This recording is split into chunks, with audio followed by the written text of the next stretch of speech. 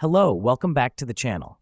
Today, we'll dive right into how to use Zoho Project for vendor management. This is your full 2025 guide, so let's get started. First, log into your Zoho Project account.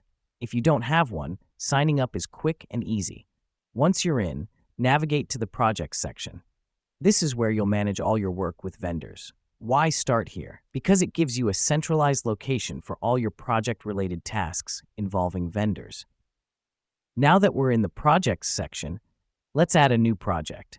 Click on the Add Project button, then fill in the details like project name, description, and start and end dates.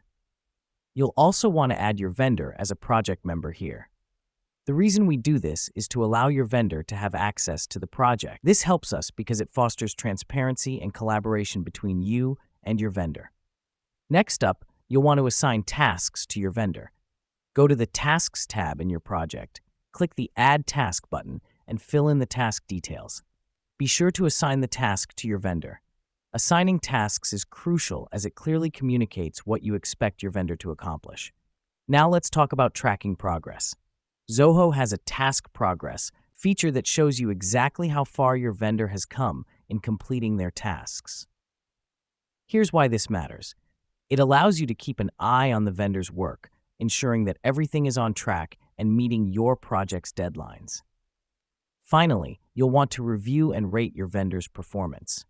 Under the Reports section, you can generate a vendor performance report. This gives you a comprehensive view of your vendor's work quality, timeliness, and overall performance. Reviewing and rating your vendor's performance is important because it helps you decide whether to continue your partnership with them in the future. And there you have it. You've just learned how to use Zoho Project for vendor management. Remember, the key here is to remain organized and maintain clear communication with your vendors. That's all for today. Until next time, happy project managing.